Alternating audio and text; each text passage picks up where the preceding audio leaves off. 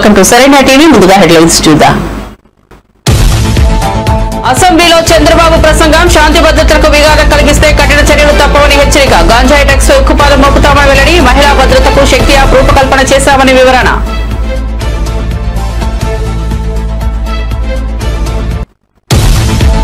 BRS అధినేత K Chandrashekar Rao అధ్యక్షతన తెలంగాణ భవన్లో పార్టీ శాసనసభాపక్షం సమావేశం. బీఆర్ఎస్ ఎమ్మెల్యేలు ఎమ్మెల్సీలు హాజరు. అసెంబ్లీ బడ్జెట్ సమావేశాలతో పాటు ఎమ్మెల్సీ ఎన్నికల్లో అనుసరించాల్సిన వ్యూహంపై పార్టీ ఎమ్మెల్యేలు ఎమ్మెల్సీలకు కేసీఆర్ దిశానిర్దేశం. త్రిపురాపై నితిన్ గడ్కరీ హామీ ఇచ్చారన్న మంత్రి కోమటిరెడ్డి వెంకటరెడ్డి. అన్ని అనుమతులు 2 నెలల్లో ఇస్తామని గడ్కరీ హామీ ఇచ్చారన్న మంత్రి. అన్ని క్లియరెన్స్లు వచ్చాక నరేంద్ర మోదీ దృష్టికి తీసుకెళ్తామని చెప్పారని వెల్లడి. హైదరాబాద్ మచిలీపట్నం రహదారి కోసం 2 ప్యాకేజీలుగా టెండర్లు పిలుస్తున్నట్లు వెల్లడి. ఉచిత ఇసుక విధానంపై ఏపీ శాసనమండలిలో అధికార ప్రతిపక్షాల మధ్య వాడివేడి చర్చ. గతంలో కంటే పెద్దగా మార్పు లేదని వైఎస్ఆర్సీపీ సభ్యుడు బొత్స సత్యనారాయణ విమర్శ. దీనిపై మంత్రులు కొల్లు రవీంద్ర, అచ్చెన్నాయుడు సమాధానం.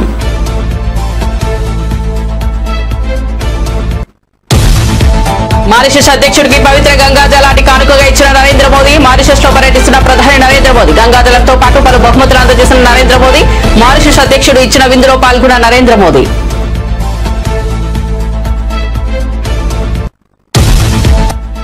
నిజామాబాద్ పసుపు రైతుల ఆందోళనలు ప్రభుత్వానికి కనిపించడం లేదా అని రేవంత్ రెడ్డి సర్కార్ కు బీఆర్ఎస్ ఎమ్మెల్సీ కవిత సూటిగా ప్రశ్న. పసుపుకు రాష్ట్ర ప్రభుత్వం గిట్టుబాటు ధర కల్పించడానికి చర్యలు తీసుకోకపోవడం దారుణమని వ్యాఖ్య.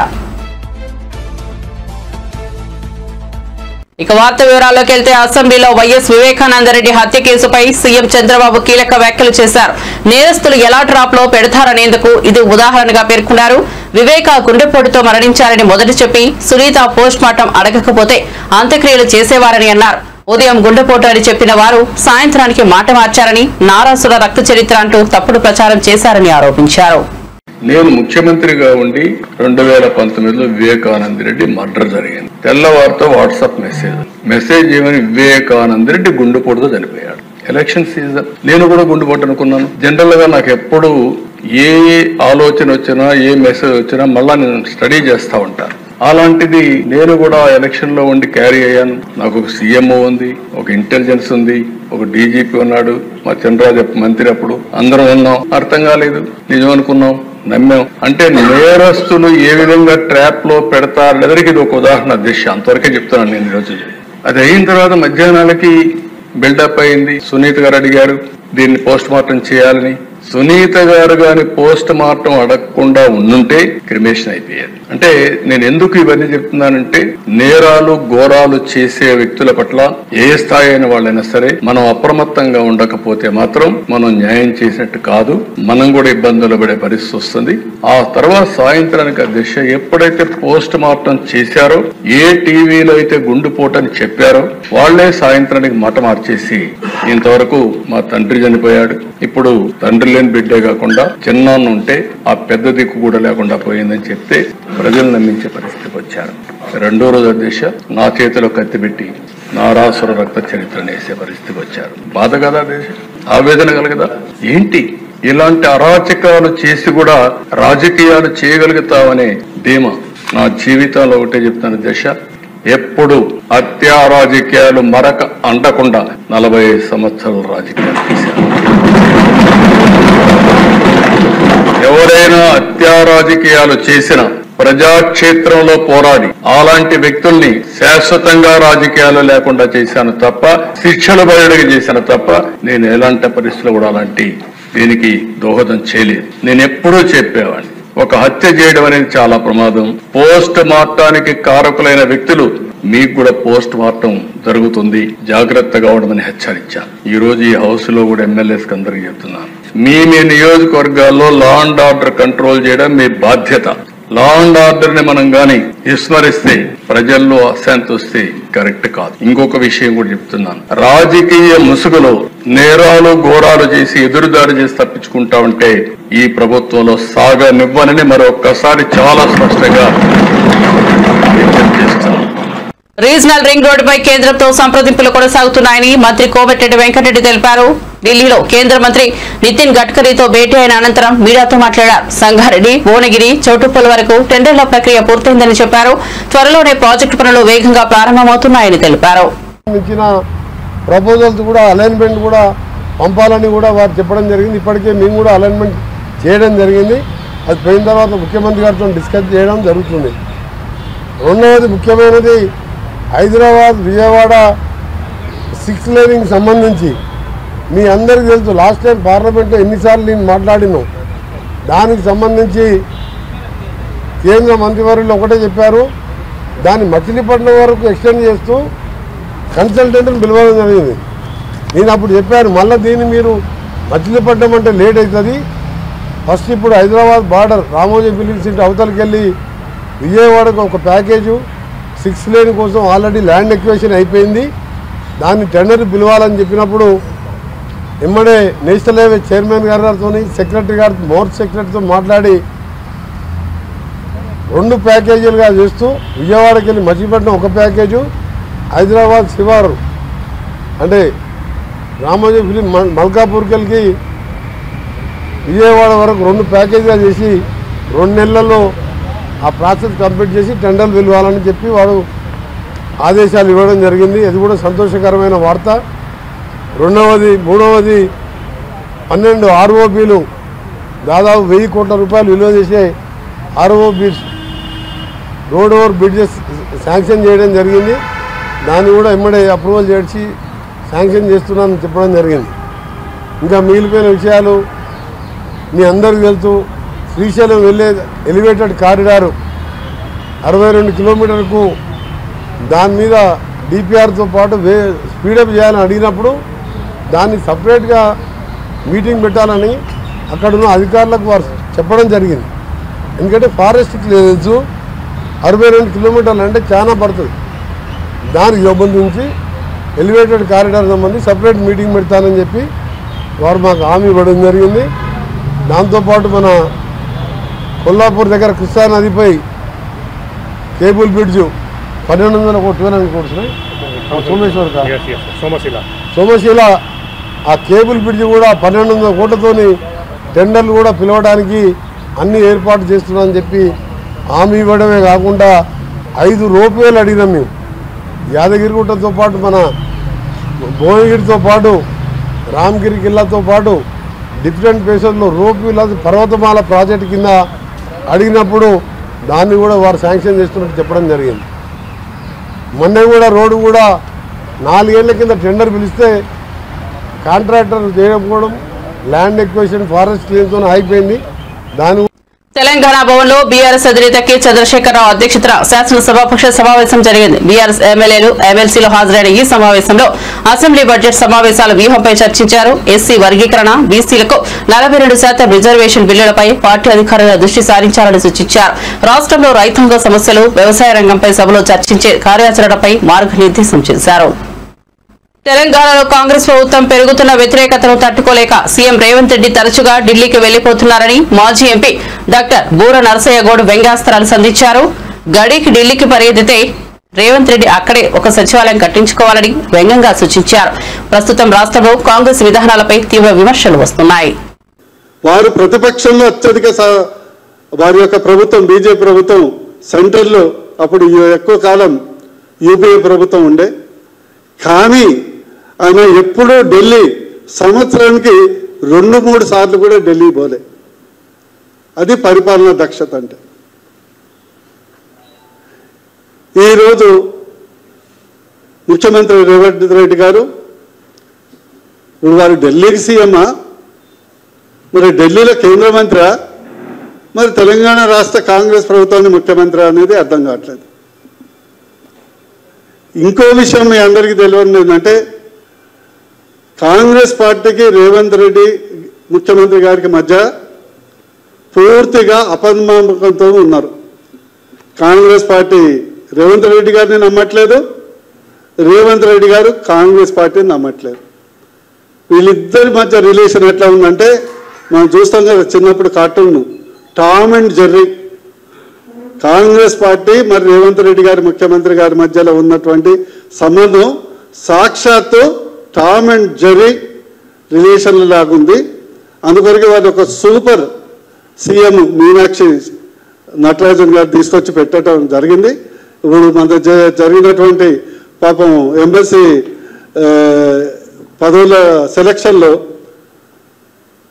రేవంత్ రెడ్డి గారు ఇచ్చిన లిస్టును పక్కకు పెట్టి యావత్ మీనాక్షి నటరాజన్ గారు సిఫార్సు చేసినటువంటి లిస్టునే కేంద్ర కాంగ్రెస్ పార్టీ నాయకత్వం అనుమతించిందంటే దాని సాక్షాత్తు ఇద్దరి మధ్యలో టామ్ అండ్ జెర్రీ రిలేషను ఉన్నది. అది ఎన్ని రోజులు ఉంటుందో దేవుడే తెలవాలి. ఇకపోతే నా సలహా మన రాష్ట్ర అభివృద్ధి కొరకు ఈరోజు ఏంటంటే రాష్ట్రంలో ఎవరి దగ్గర చెలి కావలేదు, ఏ వ్యాపారం జరగట్లేదు. రియల్ ఎస్టేట్ అయితే కోమాల ఉంది, నిద్ర కూడా కాదు కోమాల ఉంది. వారికి తెలంగాణ రాష్ట్రం పార్టీలు ఏమైనా కూడా బీజేపీ ఎప్పుడైనా కూడా సబ్కా సాత్ సబ్కా వికాస్. నిజామాబాద్ పసుపు రైతుల ఆందోళనలను రాష్ట్ర కేంద్ర ప్రభుత్వాలు పట్టించుకోవడం లేదని బీఆర్ఎస్ నేత కవిత విమర్శించారు. ఎన్నికల సమయంలో రాహుల్ గాంధీ, రేవంత్ రెడ్డి క్వింటాకు 15,000 మద్దతు ధర హామీ ఇచ్చి ఇప్పుడు మౌనం వహిస్తున్నారని నిలదీశారు. బీజేపీ ఎంపీ ధర్మపురి అరవింద్, కేంద్ర మంత్రి బండి సంజయ్ రైతులను పరామర్శించకపోవడాన్ని ప్రశ్నించారు. తక్షణమే ప్రభుత్వం 15,000 మద్దతు ధరతో పసుపు కొనుగోలు చేయాలని డిమాండ్ చేశారు. జై తెలంగాణ. ఇవాళ నిజామాబాద్లో పసుపు రైతులు ఉద్యమిస్తున్నటువంటి తీరుని మనం గమనించడం జరిగింది. మొన్న మిర్చి రైతులు అదే తీరుగా ఉద్యమించారు. కానీ మాటలు చెప్పినటువంటి కేంద్ర రాష్ట్ర ప్రభుత్వాలు ఇద్దరు కూడా మరి రైతులకు ఆదుకోవడానికి ముందుకు రావడం లేదు.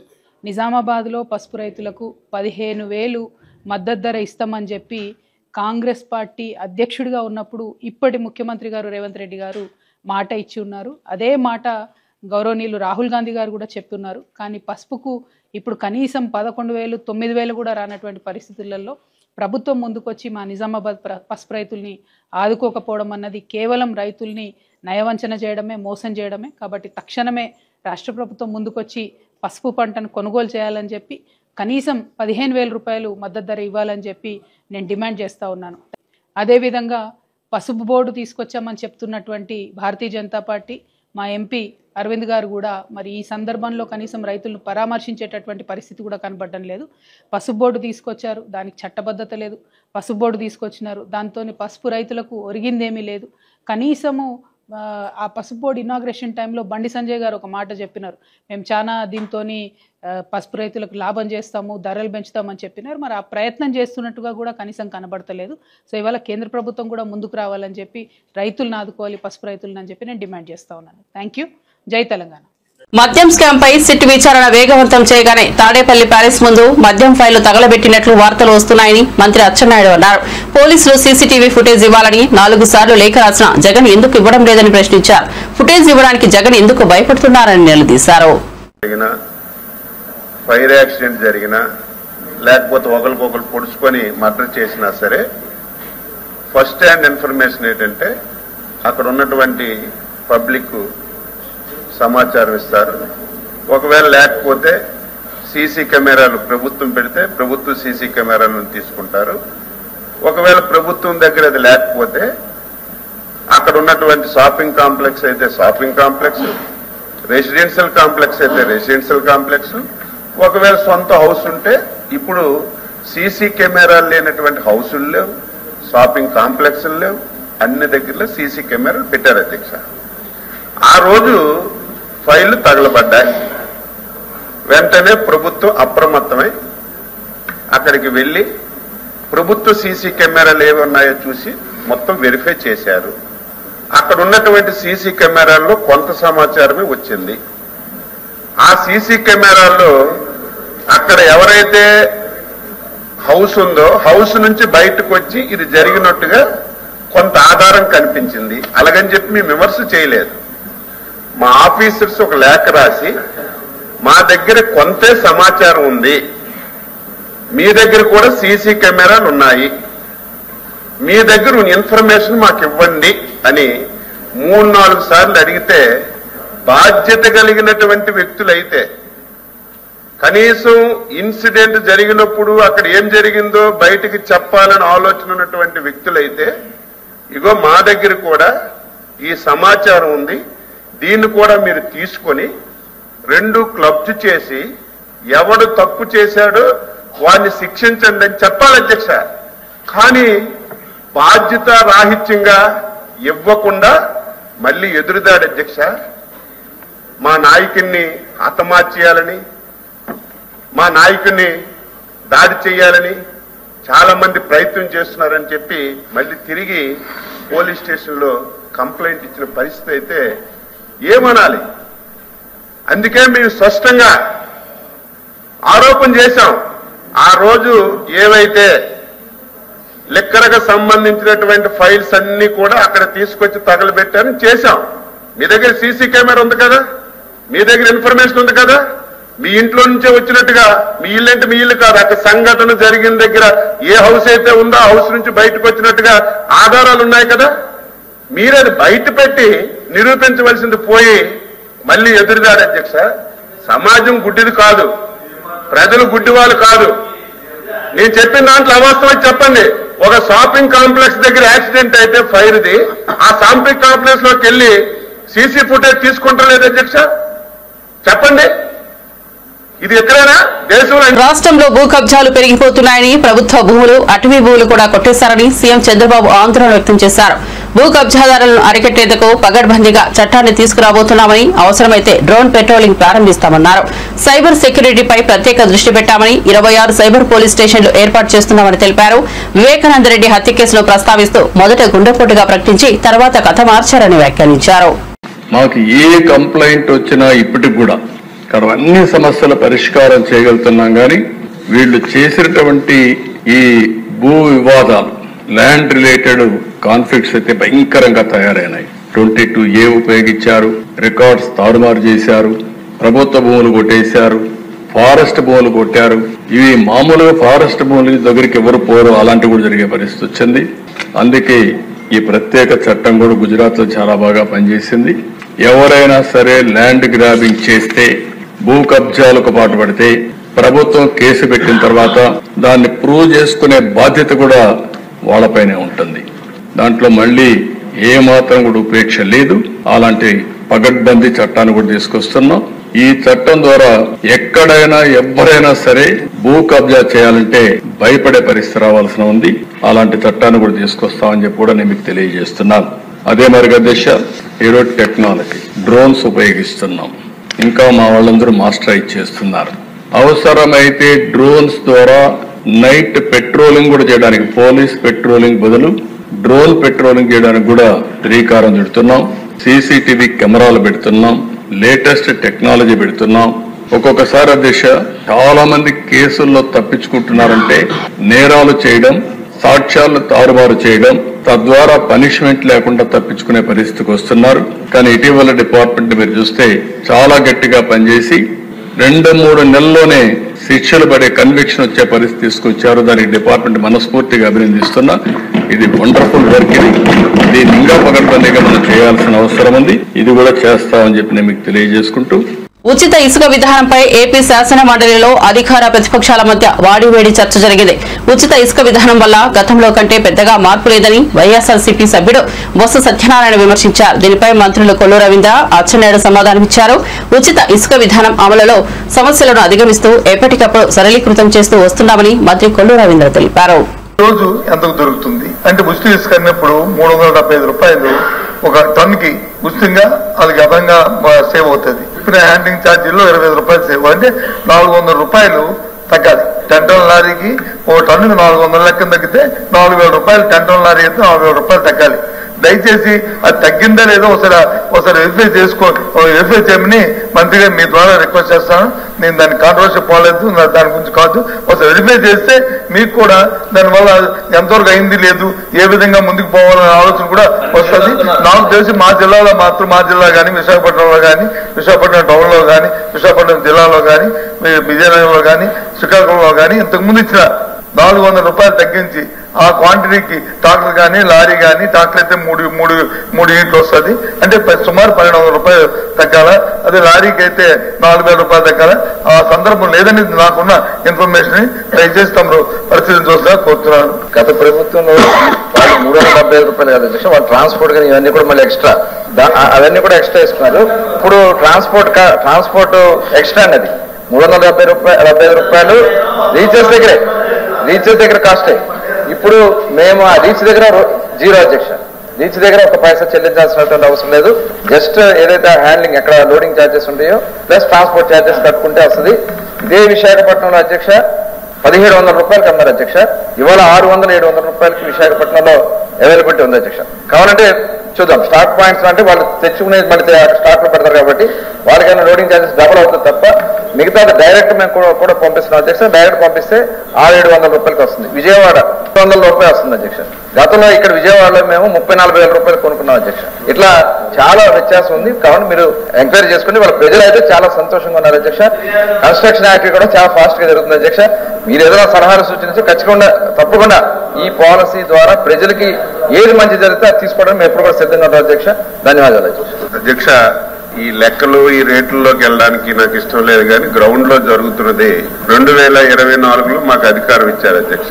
మా జిల్లాను తీసుకుంటే ఉదాహరణ నా కాన్స్టిట్యూషన్ నాడు నేడు పథకంలో ఫేజ్ 1-2 పూర్తి కాకుండానే గత ప్రభుత్వం మూసేసిందని మంత్రి నారా లోకేష్ విమర్శించారు. పెండింగ్ పనులు పూర్తి చేయడానికి 4,789 కోట్లు అవసరమని తెలిపారు. విద్యార్థులను ప్రభావితం చేసే జియో 117ను కూటమి ప్రభుత్వం రద్దు చేసిందని, త్వరలోనే ప్రత్యామ్నాయ మార్గం తీసుకొస్తామని స్పష్టం చేశారు. రేటింగ్ మెకానిజం ద్వారా మౌలిక సదుపాయాల కల్పనకు చర్యలు తీసుకుంటామని పేర్కొన్నారు. గత ప్రభుత్వము ఫేజ్ 1, ఫేజ్ 2 కింద అండ్ ఫేజ్ 3 కింద అనేక పనులు ప్రారంభించడం జరిగింది. దాంట్లో భాగంగా మీరు చూస్తే కనీసం ఫేజ్ 1 కూడా పూర్తి చేయాల, ఫేజ్ 2 కూడా అనేక పనులు పెండింగ్ పెట్టారు అధ్యక్ష. ఈ రెండు పూర్తి చేసేదానికి సుమారుగా 4,789 కోట్ల రూపాయలు మన ప్రభుత్వానికి అవసరం ఉంటుంది అధ్యక్ష. ఇదంతా చూసిన తర్వాత ఫస్ట్ నేను అనుకుంది, ఎందుకంటే ఈ కుటుంబీ ప్రభుత్వం ఏర్పడడానికి ప్రధానమైన కారణం కూడా మనం 117 జియో రద్దు చేస్తామని చెప్తాం జరిగింది. ఎందుకంటే విద్య అనేది పిల్లలకి దూరం అవుతుంది, మళ్ళీ ప్రాథమిక విద్య తీసుకురావాలన్న ఆలోచనతో ఆ ఫోకస్ కి వెళ్దామనే లక్ష్యంతో ఉన్నాం అధ్యక్ష. దాంట్లో భాగంగా ముందర జియో 117 కి ఆల్టర్నేటివ్ తీసుకురావాలి. అది చూసుకున్న తర్వాత ఎక్కడ ఇన్ఫ్రాస్ట్రక్చర్ అవసరం ఉందో అది బేస్ చేసుకుని ఇన్ఫ్రాస్ట్రక్చర్ బిల్డ్ చేయాలనే లక్ష్యంతో మన ప్రభుత్వం ఉంది అధ్యక్ష. దాంట్లో అధ్యక్ష మీరు చూస్తే ఇన్ఫ్రాస్ట్రక్చర్ కూడా అనేక స్టార్ రేటింగ్లు ఇస్తాం జరిగింది అధ్యక్ష. 0, 1, 2, 3, 4, 5 స్టార్. ఎందుకు చేసామంటే నేను కూడా వ్యత్యాసం చేశాను. కొన్ని పాఠశాలలో ఇన్ఫ్రాస్ట్రక్చర్ అన్ని ఉన్నాయి, బెంచ్లు ఉన్నాయి, టీవీలు ఉన్నాయి, రంగులు ఉన్నాయి. కొన్ని పాఠశాలలో అసలు ఏమి లేవు అధ్యక్ష. అంటే కంప్లీట్ ఎక్స్ట్రీమ్స్ నాకు ఫీల్డ్ లో కంపెనీ ఇది కరెక్ట్ కాదని భావించి కొన్ని నిర్ణయాలు. ఒకటి లీక్ ప్రూఫ్ బిల్డింగ్, అన్నిటికీ పెయింట్ ఉండాలి, ఎలక్ట్రిసిటీ ఉండాలి, ఫంక్షనల్ టాయిలెట్ ఉండాలి, డ్రింకింగ్ వాటర్ ఫెసిలిటీస్ ఉండాలని నిర్ణయం తీసుకున్నాం. దీంట్లో భాగంగా మనం అనేక రేటింగ్ మెకానిజం ఏర్పాటు చేసాం. ఆ రేటింగ్ ఎట్టి చేస్తున్న వివరాలు గౌరవ సభ్యులు కూడా నేను పంపిస్తాను అధ్యక్ష. దాంతో వాళ్ళు కూడా ఒక ఐడియా వస్తుంది. దాన్ని బట్టి వాళ్ళ నియోజకవర్గాల్లో ఎందుకు ఒక పాఠశాల ఆ రేటింగ్ వచ్చిందని కూడా తెలుసుకుని అది ఎట్లా ఇంప్రూవ్ చేయాలో వాళ్ళు కూడా ఒక అవకాశం ఉంటుంది అధ్యక్ష. ఇప్పుడు వాస్తవంగా అధ్యక్ష అన్ని ప్రభుత్వ పాఠశాలల్ని మనం 5 స్టార్స్ రేటింగ్ తీసుకురావాలి. సుమారుగా ఈ రోజు SSR రేట్ ప్రకారం 13,526 కోట్ల రూపాయలు అవసరం ఉంది అధ్యక్ష. సో ఇదేదో ఒక్క రోజులో చేసేస్తాం, ఒకేసారి అయిపోతుంది అనుకుంటాం, ప్రమాదకరం. చేయలేము అధ్యక్ష. అది ఒకరోజు అయ్యే పని కాదు. అందరం కలిసికట్టుగా పని చేస్తే ఒక 5 నుంచి 7 సంవత్సరాలు పడుతుంది అధ్యక్ష. ఇక్కడ నేను గౌరవ సభ్యులందరినీ కూడా ఏంటంటే మనం కూడా ప్రభుత్వ పాఠశాలల్ని దత్తత తీసుకుని లోకల్ CSR నిధులు కానివ్వండి, ఇతర వేరే కార్యక్రమాల ద్వారా నిధులు జతపరిచి ఈ ప్రభుత్వ పాఠశాలని ఇన్ఫ్రాస్ట్రక్చర్ ని ప్రధానంగా ఇంప్రూవ్ చేయాలని గౌరవ సభ్యులందరినీ కోరుతున్నా అధ్యక్ష. SLBC సొరంగ మార్గంలో గల్లంతైన వారి కోసం 18వ రోజు సహాయక చర్యలు కొనసాగుతున్నాయి. ఇంకా ఆచూకీ లభించిన 7గురి కోసం సహాయక బృందాలు అవిశ్రాంతంగా పోరాడుతున్నాయి. మంగళవారం రోబోలను సైతం రంగంలోకి దించారు. రోబోటిక్స్ బృందం ఒక రోబోతో సొరంగంలోకి వెళ్లింది. మొదటి షిఫ్ట్ లో 110 మంది రెస్క్యూ టీం టన్నెల్లోకి వెళ్లి గాలిస్తోంది.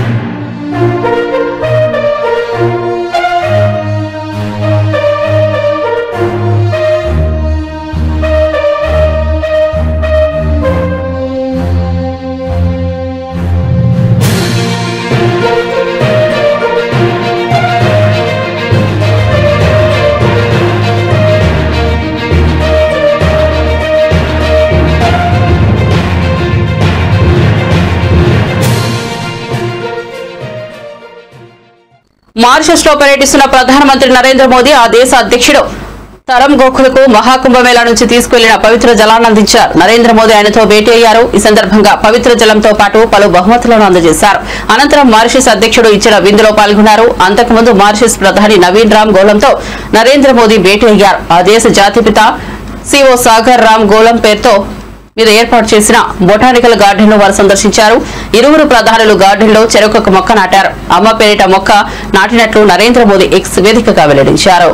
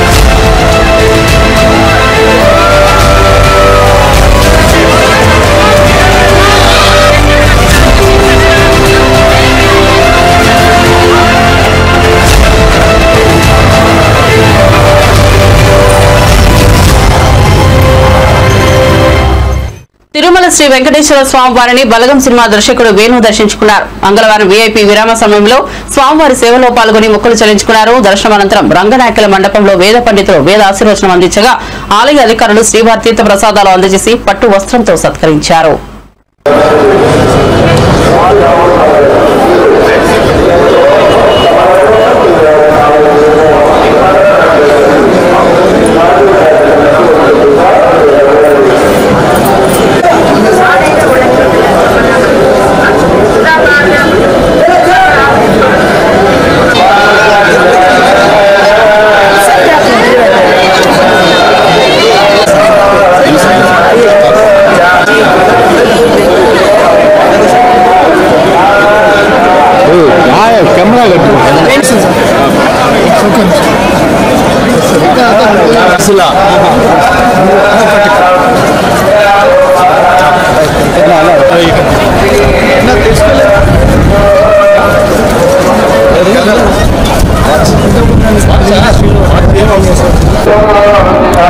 అందరూ నమస్కారం అండి.